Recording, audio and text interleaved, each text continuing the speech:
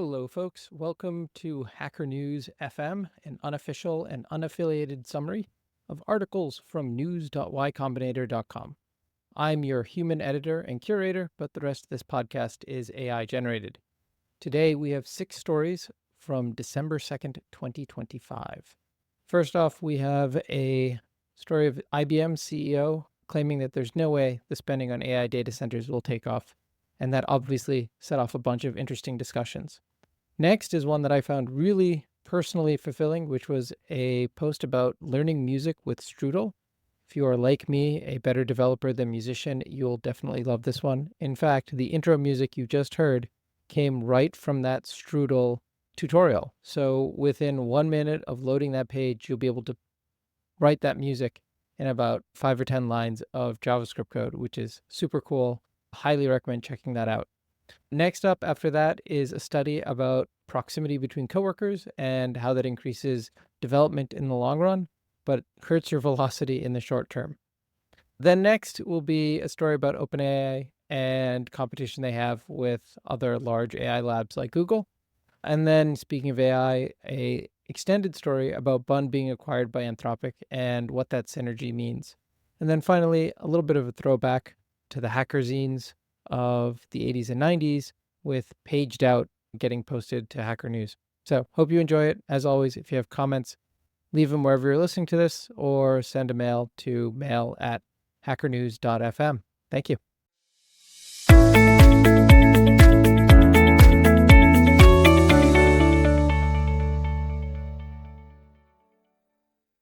First up is that IBM story. IBM CEO says there is no way spending on AI data centers will pay off. This one hit number 2 on Hacker News with about 434 points and roughly 500 comments. So yeah, people had thoughts. Right. The article recaps Arvind Krishna on The Verge's Decoder podcast doing some napkin math. He's like, okay, to fully kit out a 1 gigawatt AI data center, you're talking around $80 billion. Scale that to 100 gigawatts, and suddenly you're staring at about 8 trillion in spend. And then he says, with current technology, the odds that actually gets us to AGI are maybe 0 to 1%. On HN, the top comment calls this the first sober analysis from a CEO, but in the same breath insists the energy requirements for that much compute are basically impossible to fulfill. Like, they just don't see how you get there at anything like that scale. And right under that, someone jumps in and says, yeah, take this sober view with a pinch of salt, because IBM, quote, missed the AI boat, and a lot of what they sell is consulting work that AI agents could replace. So the claim is, of course they're incentivized to talk down the scale of the boom. Which triggers this whole side quest of dunking on IBM's track record. People pull out the old world market for maybe 5 computers chestnut, and there's a bunch of let's hope IBM keeps their streak of bad predictions alive. Plus a lot of IBM and Watson snark. Folks bring up the Jeopardy demo and how all that Watson hype never really went anywhere. Then other folks push back and say that's just vibe commenting. You're not addressing the core point, which is, if you're going to toss around $8 trillion in data center build-out, the profits on the other side have to be absolutely massive for that to pencil out. The math doesn't care whether IBM is cool or not. Down thread it tilts into, okay, but what are these models actually doing for us today?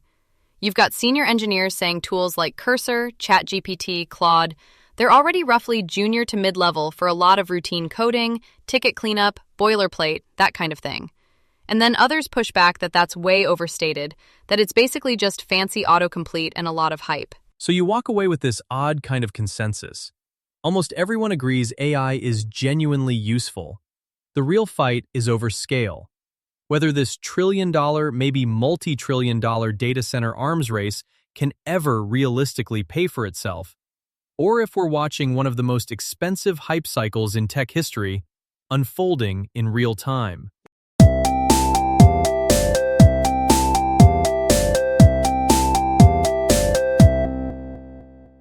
Next up is Learning Music with Strudel, which hit number 1 on Hacker News with something like 450 plus points and around 110 comments. Yeah, and it totally earned it. It's basically a free Notion course on learning music production in the browser using Strudel, this live coding music environment that runs right in your browser. For folks who haven't seen Strudel, think you write little snippets of code and the code is the music. No installing a DAW, no plugins, just simple text patterns that turn into music. The author pitches it as ideal for beginners who are totally new to making music. And the whole thing is open source, so people can contribute more chapters. Our human curator for this podcast actually tried it before we recorded and was like, no, seriously, stop what you're doing. Open the page, click Getting Started, don't read anything, and just hit play on the demos. And apparently, in under a minute, he was tweaking the code and making his own beat, which, if you're more programmer than musician, is kind of magical. The structure of the course is very developer brain friendly.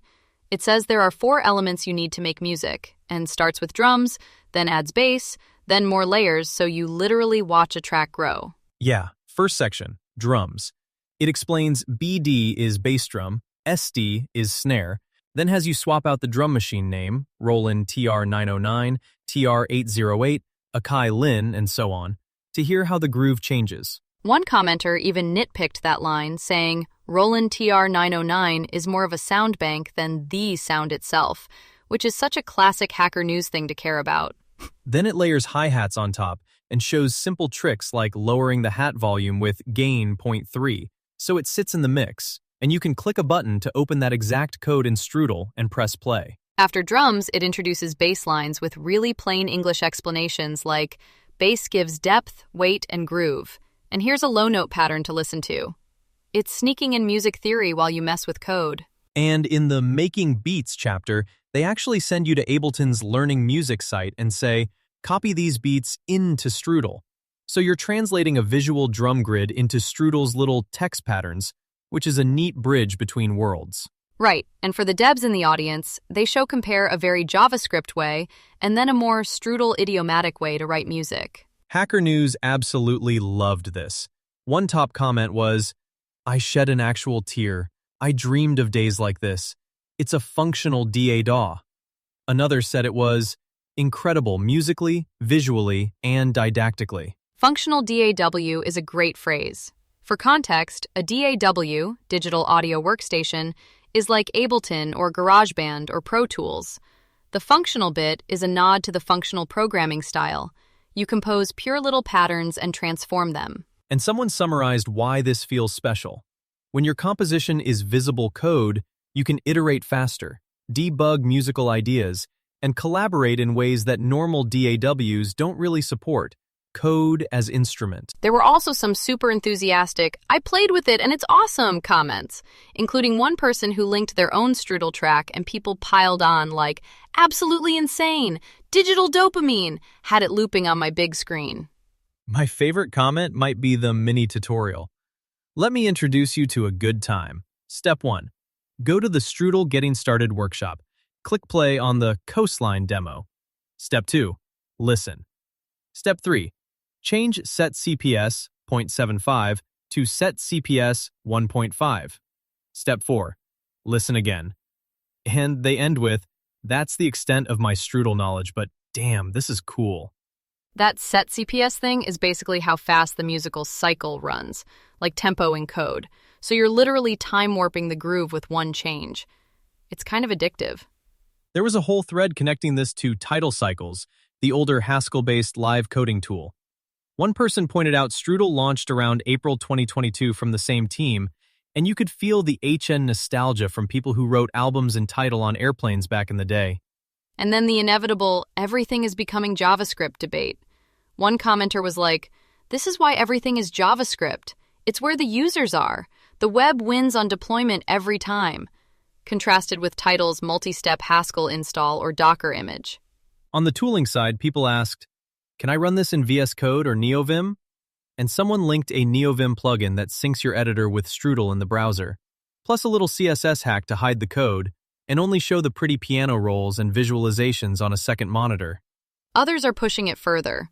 One commenter mentioned a fork that plugs in an LLM so you can type, add a base layer, and it spits out Strudel code.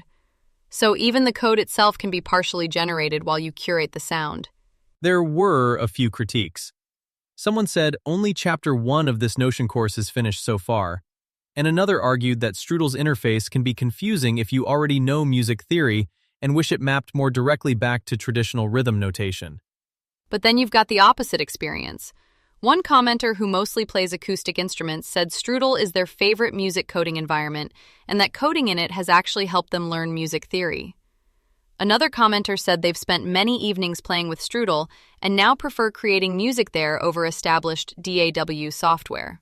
Someone else gave huge kudos to the Strudel maintainers for the official docs and said they'd spent many evenings jamming with it, but wished for a better bridge from these live-coded sketches to a fully structured and mastered track. That's kind of the open question. How do you go from generative jam to finished song? Our human editor used to work at a computer music company and basically echoed that, but still told us you don't need any of that background to enjoy this. The course literally explains what is a bass line and then hands you a working example. So if you're listening to this and you've ever thought, I wish I could make music, but I'm terrible at instruments, this is your excuse. Open the Strudel Getting Started page, hit play on a demo, change a word or a number, and congratulations, you're live coding. Yeah, and if you're already a dev, it's dangerously fun. Your text editor suddenly is a synthesizer. Just don't blame us when you look up and realize you've been tweaking hi-hat patterns for 3 hours straight.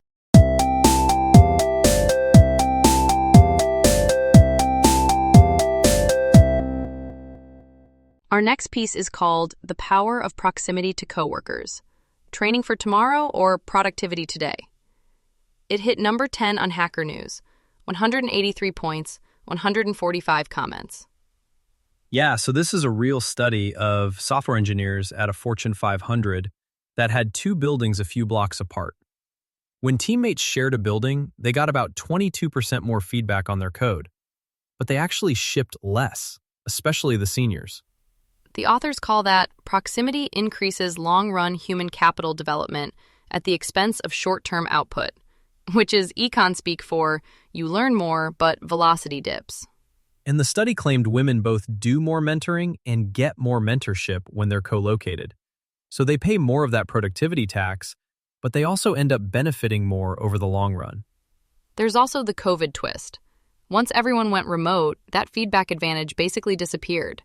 So if you're junior and remote, you probably need to manufacture those collisions on purpose. HN really latched onto that trade-off. One commenter pulled in Hamming's open door versus closed door story, and another paraphrased it as, closed doors let you reach local minimums faster. Open doors let you escape local minimums. Yeah, and someone else said, working more with people than with problems gets you more social capital. That's the promotion story. The person who's around in the hallway beats the invisible, better coder. But another commenter noted that your open door can be Slack and office hours.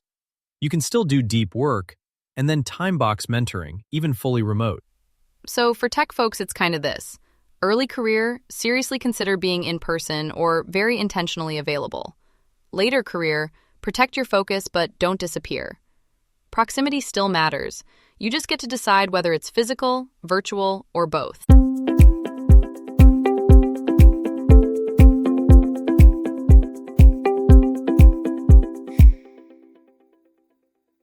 All right, next up is OpenAI declares code red as Google catches up in AI race, which made the HN front page peaking around number 5 with hundreds of points and comments. Yeah, and the Verge piece is short but spicy. Altman reportedly tells staff it's code red, pauses stuff like ads, shopping, and the Pulse Assistant, and basically says, everyone, drop what you're doing. Make ChatGPT faster, more reliable, more personalized. And they frame it as this full circle moment, right?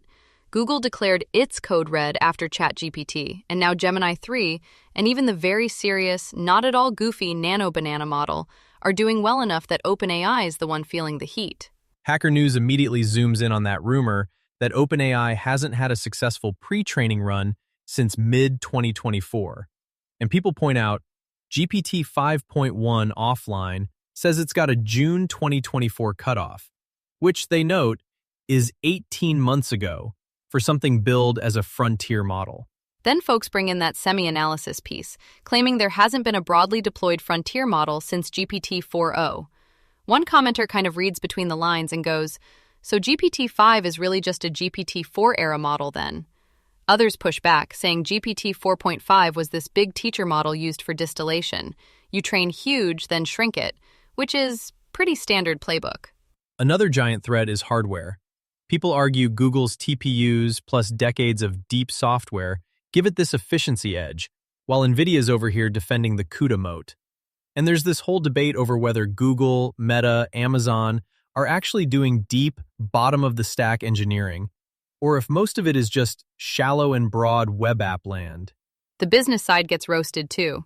Someone quips they could do $20 billion ARR as well if you handed them $100 billion and let them sell dollars for 20 cents. Another person's like, I would love that as a customer, but that's not a business. Meanwhile, fans jump in to list how ChatGPT and Codex basically run their entire workday. Our editor told us he's kind of surprised at threads like this. There's this strong anti-AI, or maybe it's just anti-hype undercurrent in the HN community, which is a forum you'd expect embrace AI more universally.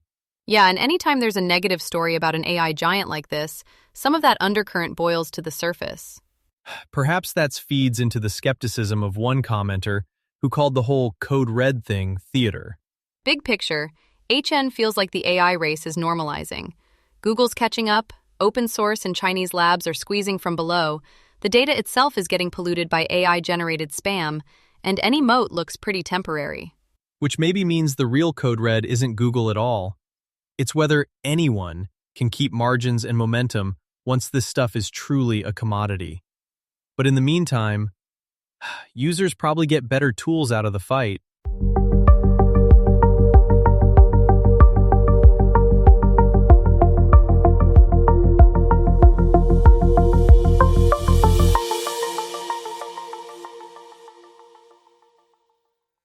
Our first story is Anthropic acquires Bun, which hit number 1 on Hacker News with around 1,600 points and about 800 comments. Yeah, this one basically melted my feed.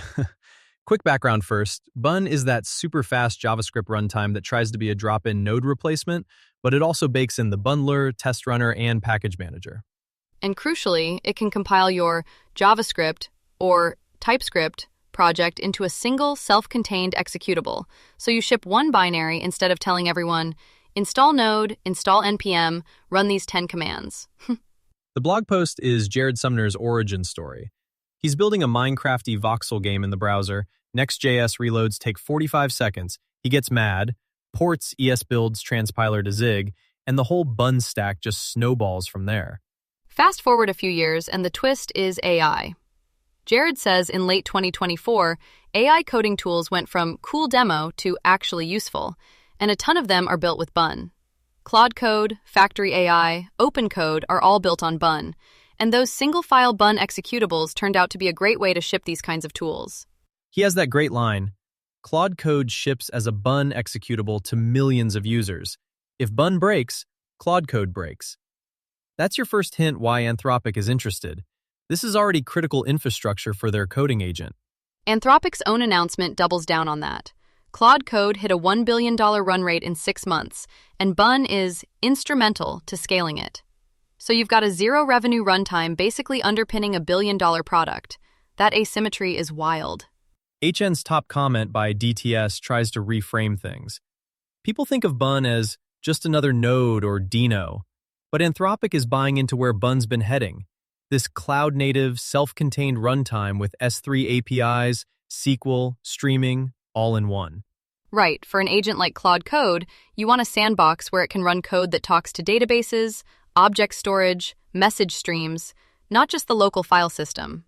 One commenter pointed to Anthropic's recent Advanced Tool Use piece. Instead of stuffing everything into the LLM context window, you generate code that fetches and transforms data near where it lives, then just return results. So Bun becomes the shell around that. I see Bun like a Skynet. If it can run anywhere, the AI can run anywhere, as one commenter joked. Over the top, but the idea is, give the agent a runtime that's portable, fast, and speaks cloud primitives. Then you've got the, was this talent or technology debate. One person said it, looks like they are acquiring the team rather than the product. And immediately someone else pushed back. No, Anthropic is clearly acquiring the technology because they've already bet Claude Code on top of Bun. Another commenter distilled it. They acqui-hired the team and de-risked their investment in building Claude Code on top of Bun. Once your cash machine depends on a small VC-backed runtime, you either live with that risk or you pull it in-house. That ties into the business model thread. Someone asked, pretty bluntly, what is the business model behind open source projects like Bun? How can a company acquire it, and why does it do that? The answer was, Bun had raised $26 million, planning to do the standard open source plus cloud hosting play. Yeah, Jared even writes, today, Bun makes $0 in revenue, and the default plan was, we'll eventually build a cloud hosting product. HN folks pointed out the usual logic. If you control the core tech, you can run the best hosted version of it, and even add features that uniquely benefit your cloud, like Dino's been trying to do. But he basically decides not to go down that path. The blog says, instead of putting our users and community through Bun, the VC-backed startup tries to figure out monetization. Thanks to Anthropic, we can skip that chapter entirely. And on HN, Simon Willison echoed that. Post-acquisition, the Bun team don't have to redirect their resources to implementing a sustainable business model. Not everyone sees it as purely strategic genius, though.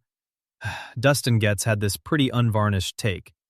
If Bun is already the foundation of tons of AI tools, that's kind of a best-case outcome. So did they just decide, hey, that was silly, we need to land this however we can? Especially now that their investor Kleiner Perkins is also big in Anthropic. And Dzonga's comment was even more cynical. We didn't have full conviction that over the long run we will prove superior to Node.js. However, an AI company burning a lot of cash has invested in us, so they have no option but to hire us. Someone replies, quite the uncharitable take, but you can see the skepticism. There's also the, why not just Node or Dino thread? One commenter asked why you'd bet on nascent Bun when Node's been around 15 years. Simon Willison replied that Claude Code actually shipped on top of Node for its first months, but they needed a single binary that works on every platform. And Bun just did that better and started faster. From a boring ops perspective, that's huge. If you want to ship a coding agent to, say, every developer at Netflix or Salesforce, a single fast executable that doesn't depend on their system Node version is a big win. That's where Bun's packaging tricks are really synergistic with Anthropic's distribution problem.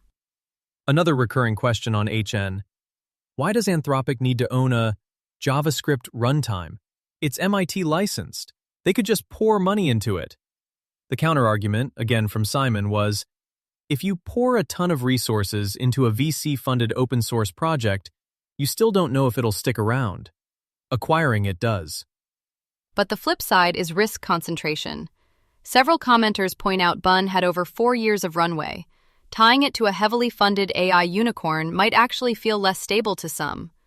One person wrote that readers of tech news won't see this as increasing the odds Bun survives 4 years, because the usual pattern is acquired product is dead or stagnant by then. Others push back that the MIT license is a real safety valve. Someone notes that if Anthropic ever implodes, Jared's presumably made enough that he could take the fully MIT licensed Bun and fork it to start another company, or just continue to work on it himself. In practice, that's rare, but the option matters. Then you get into the slightly dystopian worries. One comment predicts we'll see opt-out telemetry in Bun, so Anthropic can better tune Claude Code. Another says they'd bail if Claude Code starts inserting ads for Bun in the code it generates. And yet another imagines companies being able to pay to have their stack preferred in generated code. Imagine your LLM being subtly sponsored. That feeds into Guy Koberger's broader point. If Anthropic wants to own code development in the future, it makes sense to own the whole platform, runtime included. As he put it, languages are this trade-off between performance and human ergonomics. But if AI is writing most of the code and humans barely see it, that trade-off shifts, and the runtime becomes the real product. HoboFan added that Anthropic seems very bullish on code interpreter over native tool calling for agents, which inherently needs a runtime. Owning Bun means they can shape that environment exactly how their skills and agents need it to work. So the way I read the thread, the center of gravity is, strategically, this acquisition makes a lot of sense for Anthropic, and in the short term, probably for Bun too. The open source license and existing community soften the worst-case fears, but people are rightly watching for lock-in pressure and telemetry creep. Yeah, and it kind of marks a new phase. AI companies not just building models and IDE plugins, but vertically integrating all the way down to the runtime. Whether that ends up feeling like long-term stability or too many eggs in an AI basket is something we'll only know a few years from now. Our human editor also pointed out something interesting that he was surprised didn't come up much on HN. This is another data point on the tension between foundation model providers and the coding agent labs that sit on top of them. Anthropic isn't just providing models anymore. They're competing with companies like Cursor and Cognition in the agent that writes code space, while also being a potential model supplier to those same companies.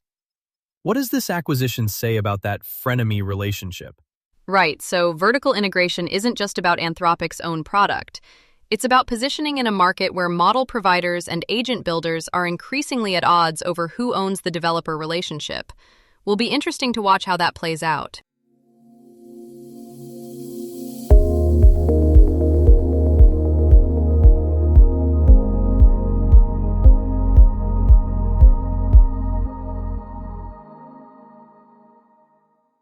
Our last story is a throwback of sorts. It's Paged Out, a hacker zine that climbed to number 2 on HN with 500 plus points and almost 60 comments. Yeah, it bills itself as a free, experimental, one article equals one page technical magazine about programming, hacking, security, and retro computers, straight out of the photocopier era. The nostalgia in the thread was thick. One commenter went, "I'm old enough to remember 90s zine culture, and this is awesome." And others started name-checking 2600, Early Wired, Byte, even Dr. Dobbs. And the project lead shows up saying they were inspired by 80s and 90s magazines like the Polish Bytek and by demo scene zines that literally shipped as exe files. Your magazine was an executable. A lot of people latched onto the anti-AI vibe, too. Someone called it a breath of fresh air in the world convoluted with AI content. And the editors explicitly ban AI-written articles or AI-generated images. My favorite bit was a commenter quoting an article's joke AI detector. To continue, please provide a torrent link to the Bee Movie. Amusing proof of humanity test. Another reader said the self-contained handwriting recognizer printed in the mag feels like art. And folks were just delighted that an ML model could be shipped on paper at all. Classic HN thread about friction, too. People begging for an easy subscription while others complain Lulu's checkout almost made them bail. Versus the editors saying they'd rather keep PDFs free and finance prints with sponsors and these sponsorship editions. Then there's a whole mini-thread on whether publishing as PDF is ironic. And the lead of the project jokes that zero attack surface would require a raw RGB pixel stream. PDFs are just the least bad printable option. I also loved the community side. People pitching articles, admitting imposter syndrome, and the editors reassuring them they almost never reject and will help polish pieces. Plus, someone deadpans, "You guys need to apply for an ISSN, like an ISBN for magazines." So if you miss paper, weird hacks, and human-made art, this is one of those rare projects where you can both read something great and maybe even squeeze your own idea onto a single page.